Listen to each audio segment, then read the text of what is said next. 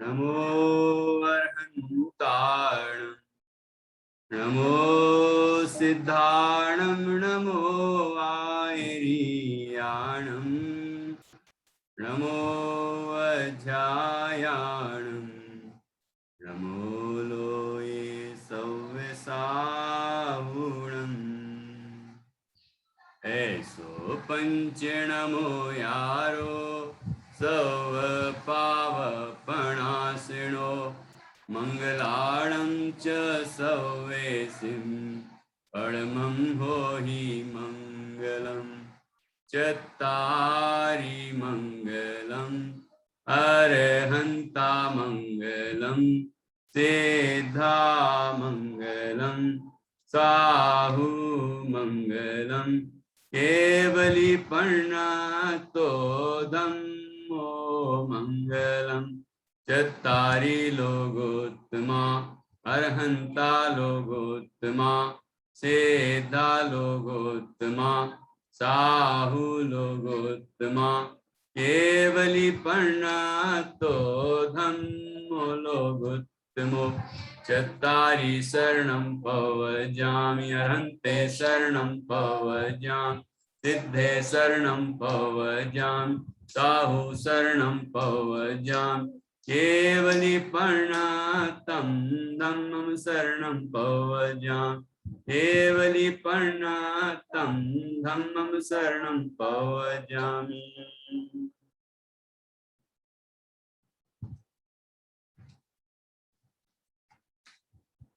गीत कुसुम बाल वर्ग 1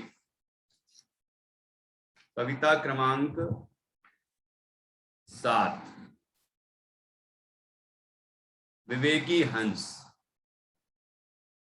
ये कविता हम अभी पढ़ेंगे। इसके पहले आपसे पूछ रहा हूं कि किस बच्चे ने कौन कौन सी कविताएं अच्छी तरह से याद की हैं। तो सबसे पहले मैं पूछूंगा प्रेरणा। प्रेरणा नाम की कविता कितने बच्चों ने याद की है?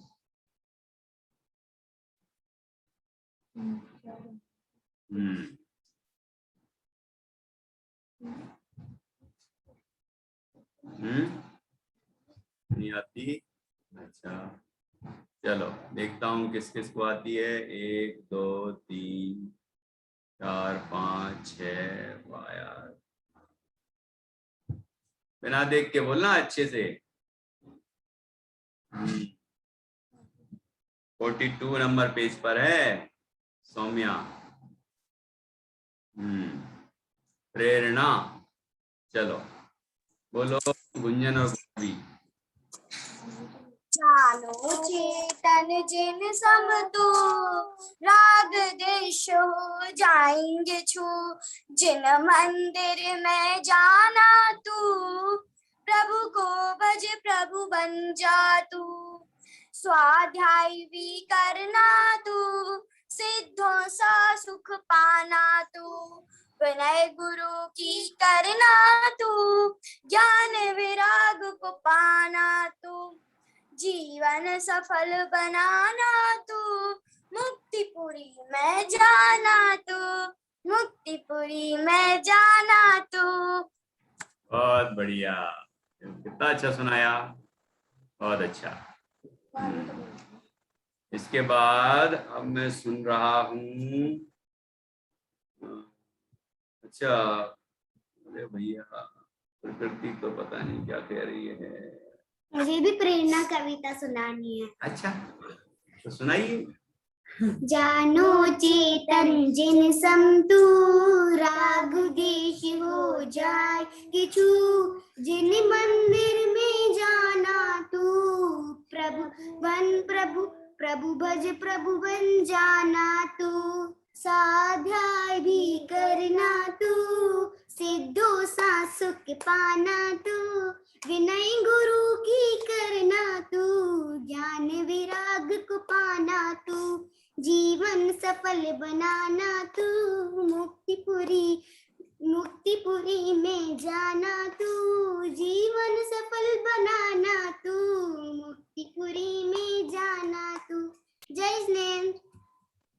बहुत बढ़िया, शाबाश। अब चलो भाई, अब क्या और मैत्री से भी सुनी लेते हैं। जानो चेतन जिन सम तू, राग द्वेष हो जाए मृत्यु। जिन मंदिर में जाना तू, प्रभु को भज प्रभु बन जा तू। स्वाध्याय भी करना तू, सिद्धों सुख पाना तू। विनय गुरु की करना तू, ज्ञान विराग को पाना तू। जीवन सफल बनाना तू, मुक्तिपुरी में जाना तू। मुक्तिपुरी में जाना तू। जानो चेतन सम तू, राग द्वेष हो जाएंगे। बहुत बढ़िया, गुड। सौम्या, तुम्हें भी समझ में आई होगी लय, उच्चारण भी आ गया। देखो 3 बच्चों से मैंने सुनवा दिया है 42 नंबर पेज की कविता, है ना? तो हाँ, ओके। तो नीर सिंघई को भी याद हो गई क्या? नहीं हुई? करो याद, जल्दी करो। अरहम, तुम भी याद करो। आरुल, याद करो। चलो, अरहम को नहीं आती? अच्छा, कोई बात नहीं, सीखना बेटा। चलो, जान्या सुनाओ। जागो चेतन जिन सम तो, राग देश हो जाएंगे छू। जिन मंदिर में जाना तू, प्रभु को भज प्रभु बन जा तू। स्वाध्याय भी करना तू, सिद्धों सा सुख पाना तू। विनय गुरु की करना तू, ज्ञान वैराग को पाना तू। जीवन सफल बनाना तू, मुक्तिपुरी में जाना तू। मुक्तिपुरी में जाना तू। जय स्नेह। बहुत बढ़िया जान्या, और अच्छा याद करना है।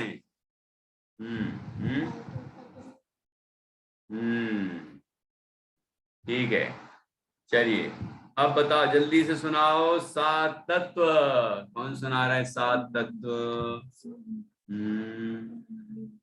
अच्छा, यही बच्चे सुना रहे हैं, कोई नया नहीं दिख रहा है। 7 तत्व तेजल को याद हुए क्या? गौरवी को याद हो गए अच्छे से? अकेली गौरवी बोलेगी। जीव अजीब तत्व पहचानो, वास्तव बंद है तुम जानो। संभाषण निज लालो, करना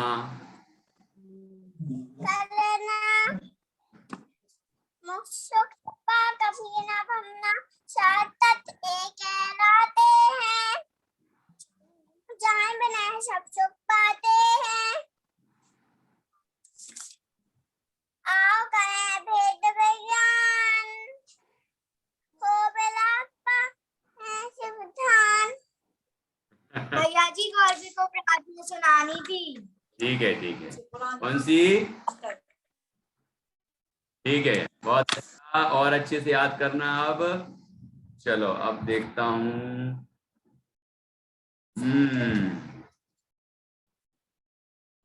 कौन सुना रहे हैं, कौन सुना रहे हैं? एक तेजल से सुनना है मुझे, मैं क्या करूं, मुझे सुनने का बहुत मन हो रहा है, तो सुनाना तो पड़ेगा। पंडित जी, उसको 7 तत्व वाली कविता याद नहीं, अष्टांग वाली याद। कौन सी याद है? मुझे अष्टांग नहीं, अभी की याद है। अभी वाली में सुनाना पड़ेगा, ऐसे थोड़ी चलेगा कि तुम्हें एक दो आती वही वही सुनाती रहो हर दिन। प्रार्थना स्तवन की प्रात्यार्य कौन सी आती, बोलो? जानो चेतन। जानो चेतन सुनाओ।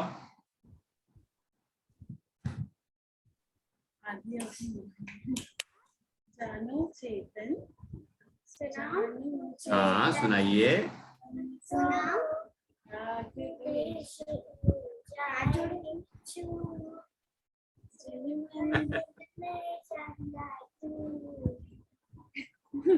आवाज ही नहीं आ रही है। अच्छा कौन सी आती वही सुनाओ चलो। निसंकेत वाली। हाँ सुनाओ, वो तो अभी सुनाई थी कल परसों, कोई दूसरी सुनाओ ना। परवे लक्षण सुनाओ। हाँ वाली। हाँ सुनाओ सुनाओ। परवे आया लक्षण महापर्वे आया, धर्म के लक्षण कितने, 1 2 3। परवे आया लक्षण महापर्वे आया, धर्म के लक्षण कितने, 4 5 6। परवे आया लक्षण महापर्वे आया, धर्म के लक्षण कितने, 7 8 9। परवे आया लक्षण महापर्वे आया, धर्म के लक्षण कितने, 10 10 10 10 10 10। सही बात कही तुमने कि पर्व है आया, बस 10 लक्षण पर्व आने वाला है, 10 दिन रह गए हैं, है ना। जैसे उसके लक्षण 10 होते हैं ना, धर्म के लक्षण कितने, तो वो पर्व अपना आने ही वाला है। और जब आने वाला है तो अब उसका स्वागत करना है हम सभी को, है ना, और फिर धूमधाम से मनाना है और अपने परिणामों को सुधारना है, ठीक है ना, धर्म की आराधना करनी है। तो ये बहुत अच्छी बात है। चलिए ऐसा हर दिन उत्साह बढ़ना चाहिए। चलो अब देखते हैं और कौन सुनाने वाले हैं।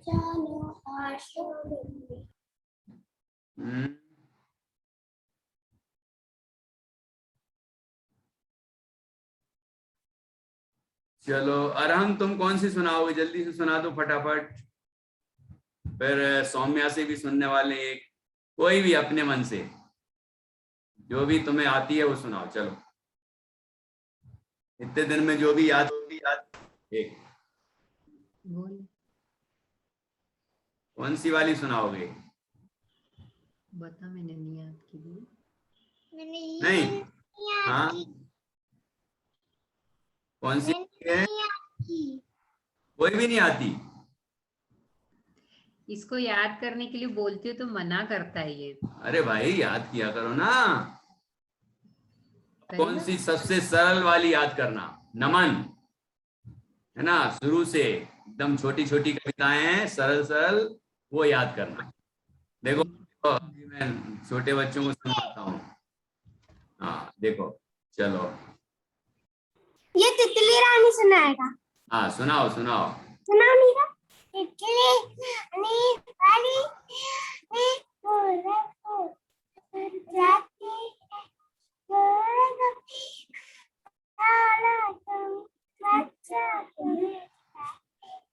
आगे फूल में थोड़ी तेज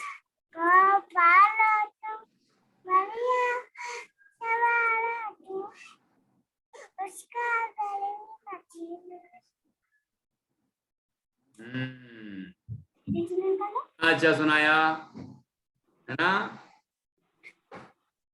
बहुत बढ़िया। अब कौन सुनाएगा?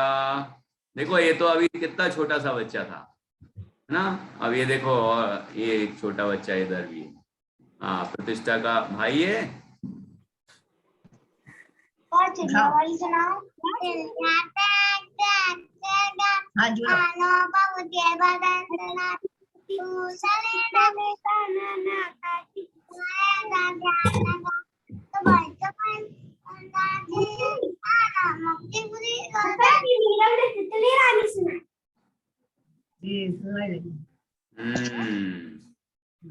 बहुत बढ़िया, देखो कितना कितना बढ़िया सुना रहे हैं छोटे छोटे बच्चे। सुना दो एकदम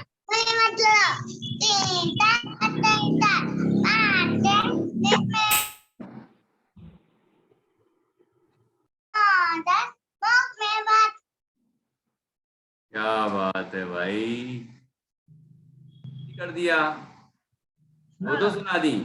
वाह वाह वाह, बहुत बढ़िया। चलो अब कौन हाथ खड़ा कर रहा है?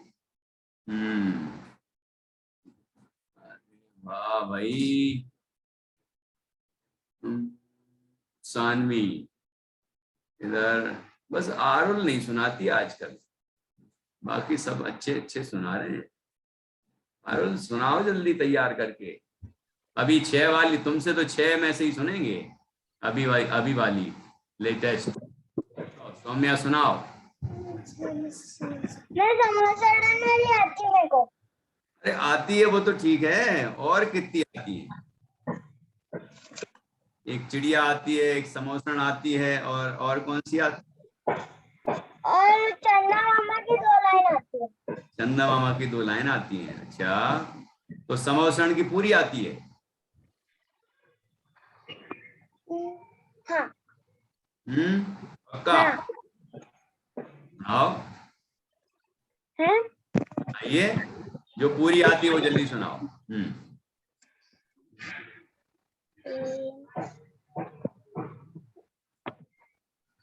चिड़िया सुनाओ, तुम्हें वो चिड़िया तो पूरी आती है।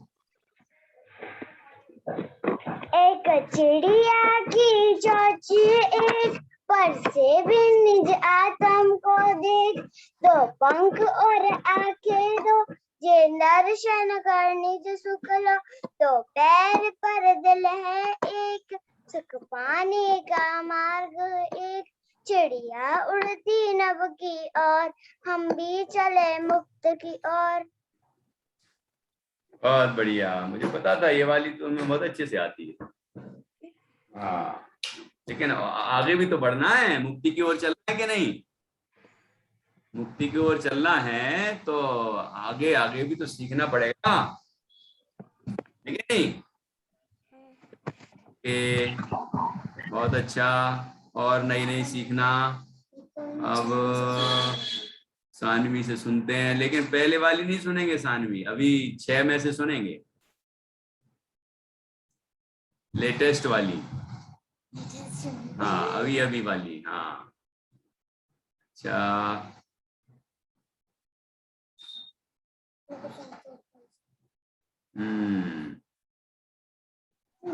भैया जी, क्या मैं वो प्रार्थना वाले सुना सकती हूँ? प्रार्थना वो तो सुना चुकी, तुम कल परसों सुनाई थी ना? हाँ, कल सुनाई थी, परसों सुनाई थी। चलो, एक मैं सोच रहा हूं कि अपन नई सीख लें, और उसके बाद में आपसे सुनेंगे। अच्छा, याद करो नई नई कविताएं। हाँ, चलो। ये विवेकी हंस, विवेकी हंस कितने बच्चों को आती है? हाँ, विवेकी हंस अभी पढ़ाई नहीं है, बहुत सरल है, लेकिन वही पढ़ेंगे अपन, है ना?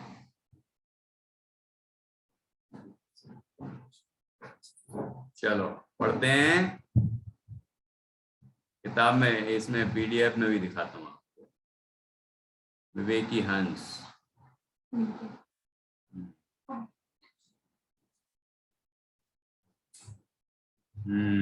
देखो, दिखा? हंस दिख रहे हैं आपको? हाँ, देखो नीर सिंघई के पास भी किताब आ गई है, कितना खुश है वो। मुझे भी बहुत खुशी होती है आप लोगों को खुश देखकर, है ना? ये तो पता है आजकल किताब कैसे लेते हैं लोग, पहुंच जाती है देख के रख देते हैं, उनको लगता है अरे यार किताब क्यों आ गई। लेकिन हमारे बच्चों को किताब मिलती है तो खुशी होती है, हम उनको ही भेजते हैं। जो खुश होते हैं किताब देखकर, किताब पढ़कर, किताब में से अच्छा अच्छा ज्ञान प्राप्त करके, उनको हम भेज देते हैं, है ना? जो बच्चे सीखेंगे उनको जरूर भेजेंगे हम। और नई किताब भी आ चुकी है, कथा 32 कहानियों वाली। चलिए, तो अपन अब ये वाली कविता सीखते हैं। ओके, दिख रही है?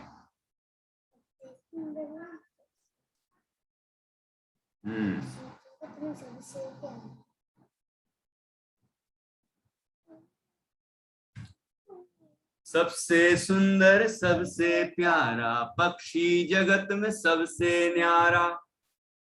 सबसे सुंदर सबसे प्यारा पक्षी जगत में सबसे न्यारा। इसको कैसे गाएंगे? ये तो ऐसे भी गा सकते हैं। सबसे सुंदर सबसे प्यारा पक्षी जगत में सबसे न्यारा। दंपति को आदर्श है हंस, प्रेम प्रतीक सदा है हंस। ऐसा भी गा सकते। प्रकृति कह रही नहीं नहीं, ऐसा मजा नहीं आया, और तरीके से गाओ। सबसे सुंदर सबसे प्यारा पक्षी जगत में सबसे न्यारा। दंपति को आदर्श है हंस, प्रेम प्रतीक सदा है हंस। सरोवरों में रहता हंस, जल के ऊपर तैरता हंस। शांत चित्त रहता है हंस, संतों सा लगता है हंस। नीर क्षीर विवेकी हंस, ज्ञानी श्रोता सा है हंस। उपादे वाहे पिछाने, वेद विज्ञानी जैसा हंस। वेद विज्ञानी जैसा हंस, वेद विज्ञानी जैसा हंस। कोई शब्द उच्चारण करने में दिक्कत हो रही हो तो बताओ। सबसे सुंदर सबसे प्यारा पक्षी जगत में सबसे न्यारा। हंस कैसा माना गया है? विश्व में जितने भी पक्षी हैं उनमें सबसे अच्छा, सबसे न्यारा, सबसे अलग तरह का माना गया है। अद्वितीय है वो, न्यारा है वो, है ना।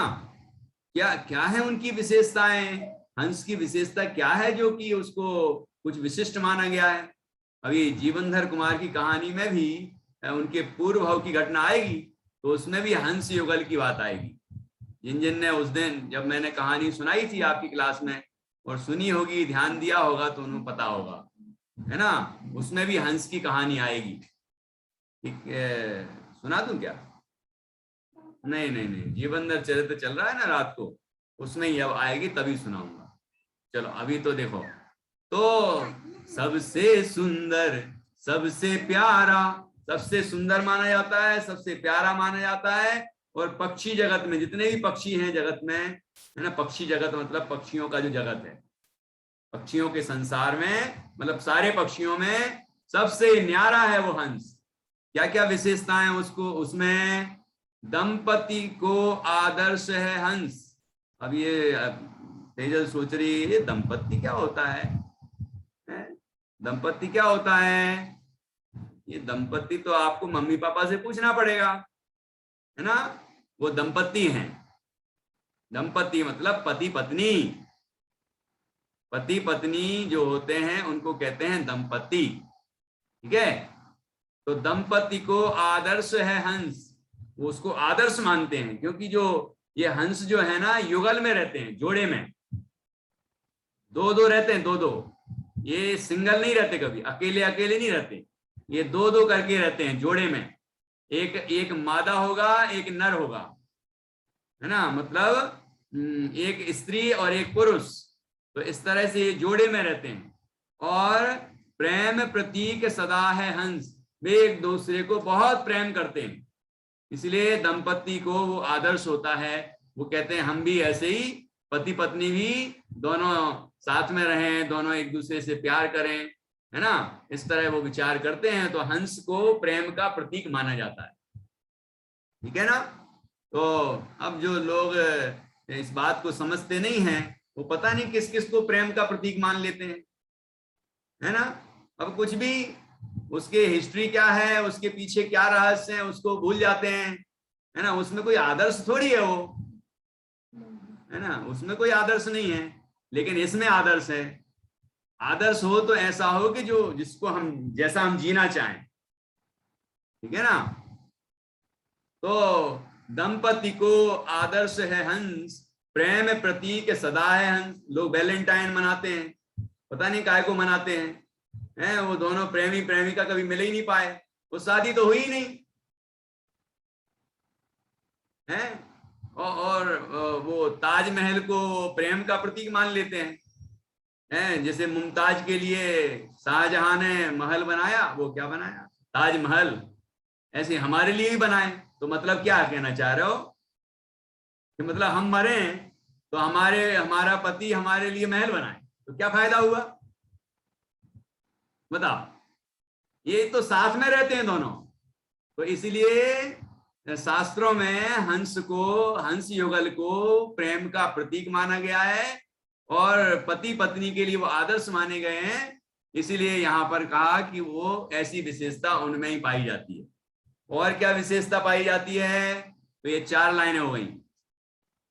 सबसे सुंदर सबसे प्यारा, गाओ गाओ जल्दी, आराम सीखना है अभी, जल्दी से जल्दी सीखो।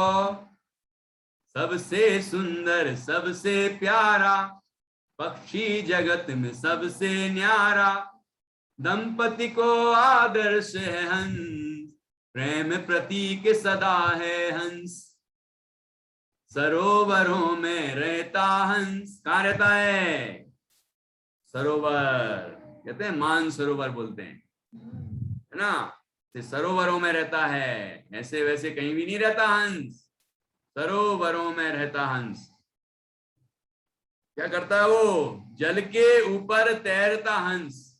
सरोवर में जल के ऊपर, पानी के ऊपर देखा होगा तैरते हुए हंस को, जल के ऊपर तैरता हंस, तैरता है। मतलब ये भी शिक्षा है कि जल के ऊपर तैरना। ऐसे ही सिद्ध भगवान समझ लीजिए विश्व के ऊपर तैरते हैं। तैरते हैं का मतलब कोई तैर नहीं रहे, लेकिन सबसे ऊपर रहते हैं। सिद्ध भगवान कहाँ हैं, सबसे ऊपर, 3 लोक में सबसे ऊपर। लोक का अग्रभाग वहां सिद्धालय है, सिद्धशिला के भी ऊपर, तो वहां विराजमान रहते हैं। तो हमें उनकी भी याद आ सकती है हंसों को तैरते हुए देखकर। सरोवरों में रहता हंस, जल के ऊपर तैरता हंस, और शांत चित्त रहता है हंस। कैसा रहता है सानवी, बिल्कुल शांत है, शांति से तैरता रहता है। ठीक, कभी बैठ जाता है तो ऐसा शांत चित्त रहता है हंस, संतों सा लगता है हंस। ऐसा लगता है कि जैसे कोई संत ध्यान लगा के बैठे हो, है ना। जैसे कि मुनिराज देह से भिन्न, शरीर आदि से भिन्न अपने आत्मा का ध्यान कर रहे हो और शरीर आदि की कोई परवाह ही नहीं है, सबसे भिन्न अपने आत्मा में लीन है, ऐसे लगता है ना। जरूरी नहीं कि वो आत्मा में लीन है, लेकिन लगता है, मानो उत्प्रेक्ष अलंकार है ये, संतों सा लगता है हंस। ठीक है ना, वो कोई आत्मा का ध्यान नहीं कर रहा है। कोई हंस हो सकता है कि फ्रेंच गति के जीव भी सम्यक दर्शन प्राप्त कर सकते हैं, लेकिन ये सामान्य उदाहरण है, उत्प्रेक्षा की है। जैसे ऐसा लगता है जैसे कि वो संत ध्यान लगा रहे हो, ऐसा लगता है। संतों सा लगता है हंस, जैसे मुनिराज बड़ी शांति पूर्वक बैठे रहते हैं और आत्मा का ध्यान करते हैं। और क्या विशेषता है हंस की, कि नीर क्षीर विवेकी हंस। विश्व में कोई भी पक्षी ऐसा नहीं है जिसमें ये कला हो। क्या आरुल, जिसमें ये कला हो, ऐसा विश्व में कोई पक्षी नहीं है। कैसी कला हो, कि वो दूध और पानी मिले हों और उसमें उसको अलग कर दे और दूध पी जाए और पानी को छोड़ दे। है कोई ऐसा विश्व में, ऐसा कोई पक्षी है, कोई है दूसरा हंस को छोड़ के? नहीं है, हंस को छोड़ के कोई दूसरा पक्षी नहीं है। इसीलिए तो कहा पक्षी जगत में सबसे न्यारा, है ना, सबसे अलग है वो, सबसे हटके, सबसे अलग प्रकार का उसका स्वभाव है, सबके सबसे अलग उसकी विशेषताएं हैं। नीर क्षीर, नीर का मतलब जल, नीर सिंघई, नीर सिंघई है ना हमारे क्लास में। नीर, नीर का अर्थ होता है जल। तुम सुनी नहीं रहे यार, नीर, नीर का अर्थ होता है जल, पानी, है ना। नहीं है तुम्हारा अर्थ, तुम्हारे नाम का अर्थ है। हाँ, तो हंस भी नीर क्षीर, क्षीर का मतलब होता है दूध।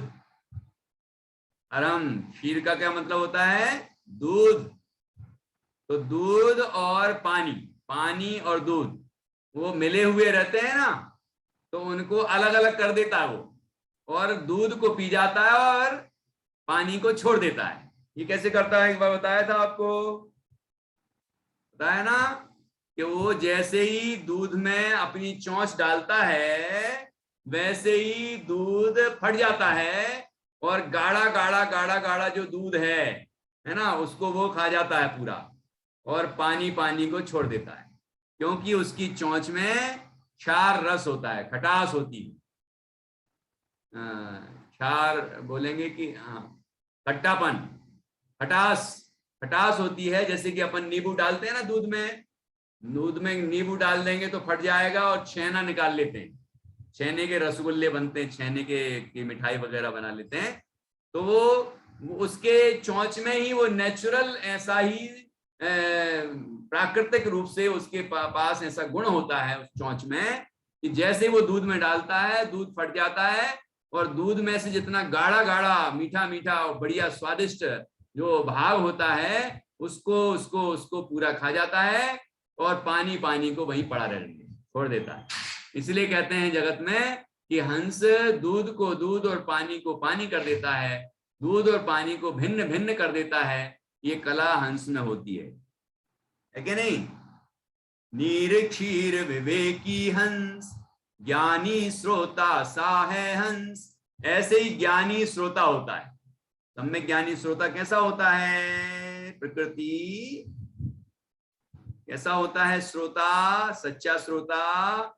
कि वो जो मुनिराज ने या भगवान ने उपदेश दिया, उसमें वस्तु का स्वरूप बताया, 7 तत्व बताए, 6 द्रव्य, 9 पदार्थ वगैरह वगैरह सब बताया, तो उनमें से वो जान लेता है कि ये शरीर में नहीं, ये राग द्वेष ये करने लायक नहीं, ये मेरे स्वभाव नहीं, आश्रवबंध हे हैं, है ना। ऐसा जान के मैं ज्ञान स्वरूप आत्मा हूं, ऐसा जानकर अपने आत्मा में लीन हो जाता।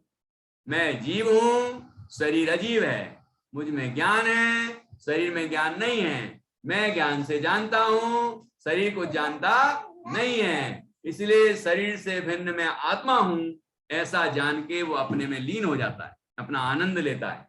ठीक है ना? तो ऐसा ही श्रोता होता है, सच्चा श्रोता ऐसा होता है। तो आप भी श्रोता हो कि नहीं? सच्चे श्रोता बनना है कि नहीं? कि केवल सुनना ही सुनना है, बस सुनते रहना है? सुन के समझना भी है, समझ के अपने आत्मा को जानना भी है ना, और मोक्ष को पाना भी है। ठीक है? तो ज्ञानी श्रोता सा है हंस। इसमें अपने शास्त्रों में हंस का उदाहरण ज्ञानी श्रोता के लिए दिया जाता है, ज्ञानी के लिए दिया जाता है। ज्ञानी श्रोता के लिए भी, सच्चे श्रोता के लिए भी, ज्ञानी के लिए भी दिया जाता है उदाहरण, है ना। कौन सी स्तुति आती होगी आपको? गुंजन को आती हो शायद। संत चित मराल वृंद रमे नित्य ज्ञानी, सांची तो गंगाय वीत रागवाणी, अविच्छिन्न धारा निज धर्म की कहानी। नित्या मैत्री आज रात को ये गाना है ना। तो इसमें आया है संत चित मराल वृंद। मराल का अर्थ होता है हंस। मराल पर्यायवाची किसका है? हंस का। ठीक है? संत चित मराल वृंद रमे नित्य ज्ञानी। ज्ञानी का उदाहरण देते हैं हंस के लिए। एक उपादे व हे पिछाने। उपादे मतलब ग्रहण करने योग्य क्या है, और हे मतलब छोड़ने योग्य क्या है। आश्रवबंध हे हैं, और संवर निर्जरा प्रकट करने योग्य हैं, उपादेय हैं, और मोक्ष उपादेय है, और आत्मा तो अपने में लीन होने लायक है, परम उपादेय। आत्मा मैं हूं, अपन है ना खुद आत्मा, तो अपने आत्मा जानने लायक है, पहचानने लायक है, लीन होने लायक है। क्योंकि ये संवर निर्जरा और सम्यक दर्शन आदि किसके आश्रय से प्रकट होंगे? किसको जानने से प्रकट होंगे? अपने को, आत्मा को। तो उपादेय हे पिछाने ज्ञान भेद विज्ञानी जैसा हंस। है ना। हे भेद विज्ञानी के समान होता है हंस, मतलब उदाहरण दिया जाता है भेद विज्ञानी के लिए कि जैसे हंस दूध और पानी को अलग अलग कर देता है, ऐसे ही ज्ञानी भेद विज्ञानी शरीर से भिन्न अपनी आत्मा को जान लेता है और अपना अनुभव कर लेता है। ठीक है, चलिए अब फिर से पढ़ते हैं पूरी कविता। चलो सभी देखता हूं कौन कितने अच्छे से पढ़ता है।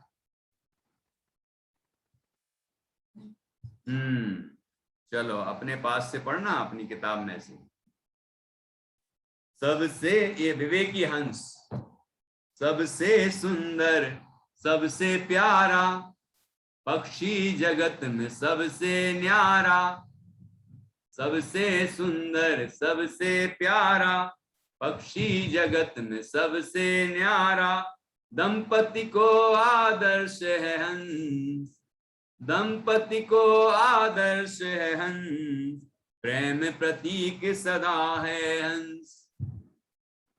सरोवरों में रहता हंस, सरोवरों में रहता हंस, जल के ऊपर तैरता हंस, शांत चित्त रहता है हंस, संतों सा लगता है हंस, संतों सा लगता है हंस।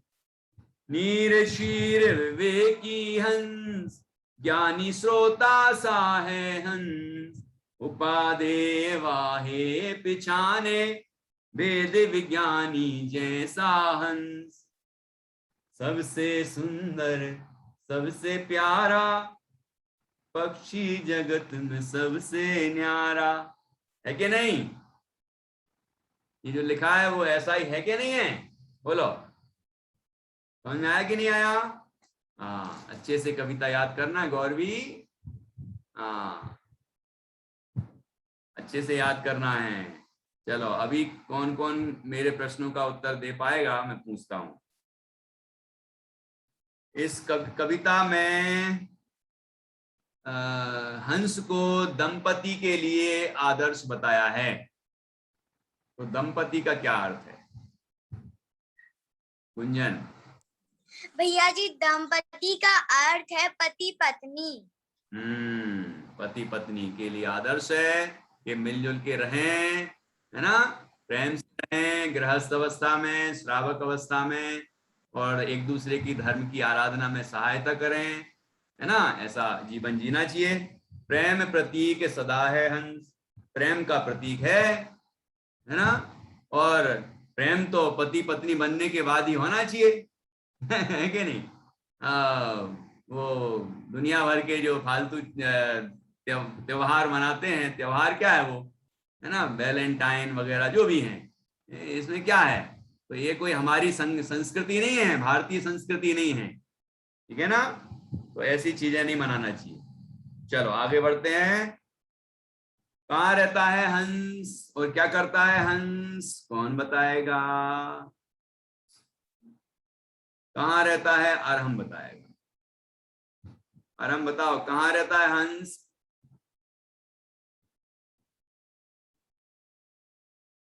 नहीं पता? ये प्रकृति डांट रही है, यहाँ से थप्पड़ दिखा रही है। भैया पहले उससे ही पूछ लेते। सरोवरों में रहता है। ऐसे ऐसे करती है, ऐसे ऐसे ऐसे। सरोवरों में। यार ऐसा मत किया करो। अच्छा, सरोवरों में रहता हंस, क्या करता सरोवरों में रह के? जल के ऊपर तैरता है। तैरता है। ये बहुत अच्छा। तो और कैसा कैसा रहता है? बिल्कुल कैसा? हाँ सुल्तान बताओ।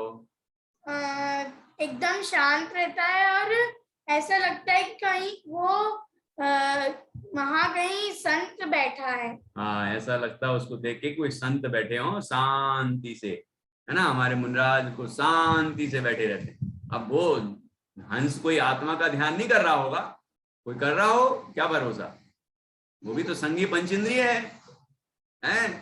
भगवान के समोषण में पशु पक्षी भी जाते हैं, एक कोटा उनका भी होता है ना, एक वर्ग उनका भी होता है, वो भी वहां जाके वो भगवान की दिव्यध्वनि सुनते हैं। जटायु पक्षी की कहानी सुनाएंगे, तो जटायु भी तो पक्षी था, गिद्ध था, गिद्ध है ना, वल्चर। तो वो उसको भी तो सम्यक दर्शन हुआ था, शेर को भी सम्यक दर्शन हुआ था, तो पशु पक्षियों को भी तो सम्यक दर्शन हो जाता है, आत्मा की अनुभूति हो जाती है कि नहीं। चलो फिर भी यहाँ पर उत्प्रेक्षा है, मतलब संतों के जैसा लगता है, मुनिराज शांति से बैठ के आत्मा का ध्यान कर रहा है, ऐसा लगता है कि वो भी ध्यान लगा रहा है, ऐसा लगता है।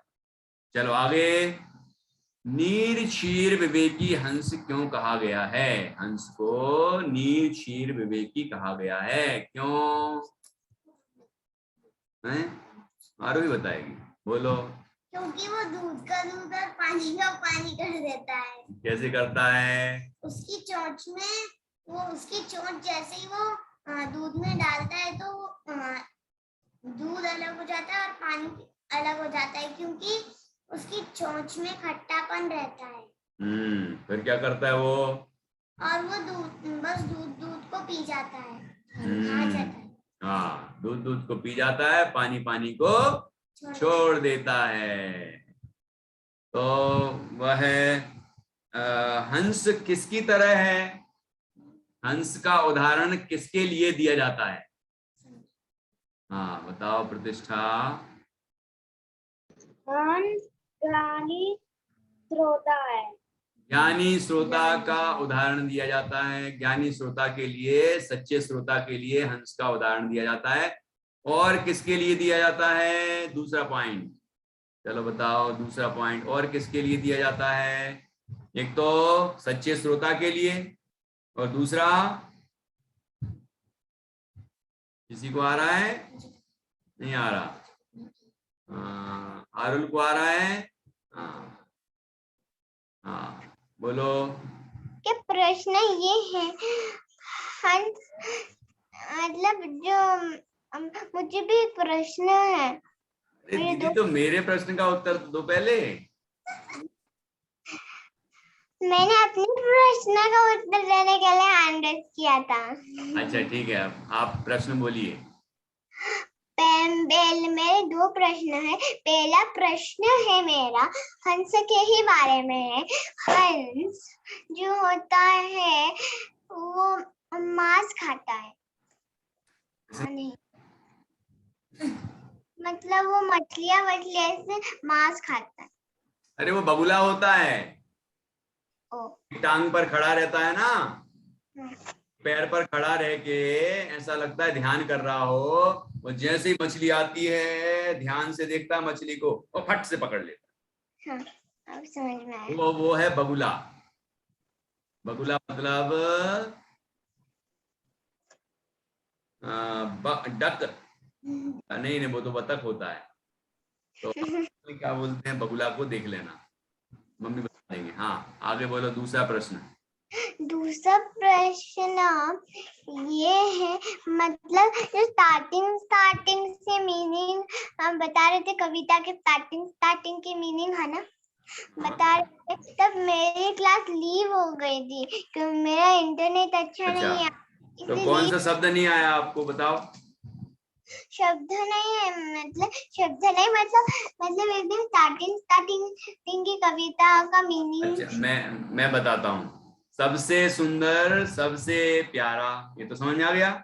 पक्षी जगत में सबसे न्यारा, सारे पक्षियों में सबसे अलग तरह का होता है हंस। दंपति को आदर्श है हंस। मतलब पति पत्नी, दंपति मतलब पति पत्नी, उनके लिए वो आदर्श हैं क्योंकि वो जोड़े में रहते हैं और एक दूसरे से बड़ा प्रेम करते हैं। वो हंस, हंस में एक हंस होता है मादा, एक पुरुष, मतलब एक पुरुष एक स्त्री, दोनों होते हैं वो, और वो एक साथ रहते हैं, बड़े स्नेह से रहते हैं, है ना। तो इसलिए पति पत्नी के लिए वो आदर्श होता है कि उस जैसा पति पत्नी भी सोचते हैं कि हम भी ऐसा अपने पति पत्नी आपस में रहें और बड़े प्रेम से रहें। प्रेम प्रतीक सदा है हंस, प्रेम का वो सिंबल है, प्रतीक है, मतलब एक उदाहरण है वो, ठीक है ना। उससे उसको देख के पति पत्नी प्रेरणा लेते हैं कि हम भी अच्छे तरीके से रहें, हिल मिल के रहें, है ना, प्रेम से रहें, लड़ाई नहीं झगड़े नहीं, और एक दूसरे के प्रति एक ये नहीं समझे कि ये छोटा मैं बड़ा, है ना, ऐसा नहीं सोचे, बड़े स्नेह से रहें और एक दूसरे के धर्म का पालन कराएं, ठीक है ना, ऐसा होना चाहिए। एक दूसरे के धर्म की वृद्धि करें, ये दंपतियों की विशेषता होनी चाहिए। चलो हो गया, तो समाधान हो गया। आरोल और भी मिस हुआ है, मतलब हाँ, मुझे मालूम है कहाँ से मेरा मिस हुआ है।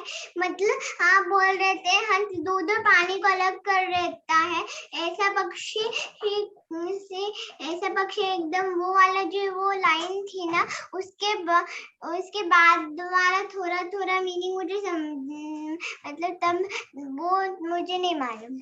अच्छा ठीक है, तो आप फिर से तय कर लेना, मतलब निश्चित करना कि कौन सा शब्द आपको नहीं आया, तो आपको मंडे को फिर से सुनाएंगे। अभी याद कर लेना, अभी अच्छे से याद कर लेना पोयम, कविता, और उसके बाद फिर मंडे को आप बताना कि कौन सा शब्द नहीं आया। चलो हाँ बोलिए गुंजन जी। भैया जी, जो आपने अभी प्रश्न पूछा था उसका आंसर भेद विज्ञानी है। हाँ देखो, हंस को दो लोगों का उदाहरण दिया जाता है, एक तो सच्चे श्रोता का उदाहरण दिया जाता है और दूसरा वेद विज्ञानी। बहुत बढ़िया, शास्त्रों में इन दो के लिए हंस का उदाहरण दिया जाता है। इस तरह हमने ये हंस कविता सीखी और अभी तक किसी ने सुनाई नहीं है ना, तो आप अच्छे से याद कर लें। याद हो गई क्या? अरे प्रकृति को याद हो गई? नहीं हुई? गुंजन को याद हो गई क्या? हाँ भैया जी। तो भैया जी तो सुनाओ भैया जी, तो टाइम हो गया, बस तुम्हारा ही सुनेंगे, बस खत्म। सुंदर सबसे प्यारा पक्षी जगत में सबसे न्यारा, दंपति को आदर्श है हंस, प्रेम प्रतीक सदा है हंस, सरोवरों में रहता हंस, जल के ऊपर तैरता हंस, शांत चित्त रहता है हंस, संतों सा लगता है हंस, नीर क्षीर विवेकी हंस, ज्ञानी श्रोता सा है हंस, उपादेवाही पिछाने भेद विज्ञानी जैसा हंस, उपादेवाही पिछाने भेद विज्ञानी जैसा हंस। बहुत बढ़िया, सभी बच्चे गुंजन के लिए जोरदार तालियां बजाइए। और कितना अच्छा सुनाया है, अच्छा अर्थ भी बताया है ना, और सुनाया भी। भैया जी मुझे भी सुनानी है। अब मंडे को सुनेंगे, सोमवार मंगलवार बुधवार 3 दिन याद रहे, 3 दिन क्लास होगी। कल यदि तुम लोग क्लिक करोगे तो नहीं मिलेंगे हम, हाँ, तो 4 दिन ऑफ रहेगी, 3 दिन चलेगी, मंडे ट्यूसडे वेडनेसडे, मतलब सोमवार मंगलवार बुधवार 4 बजे से 5 बजे तक, ठीक है? बता रहे हैं, अच्छे से याद करें। जय जिनेंद्र। जय जिनेंद्र भैया जी, जय जिनेंद्र सभी को। जय जिनेंद्र अरुण जी, जय जिनेंद्र, जय जिनेंद्र भैया जी, जय जिनेंद्र सभी को। जय जिनेंद्र भैया जी। ओके, जय जिनेंद्र।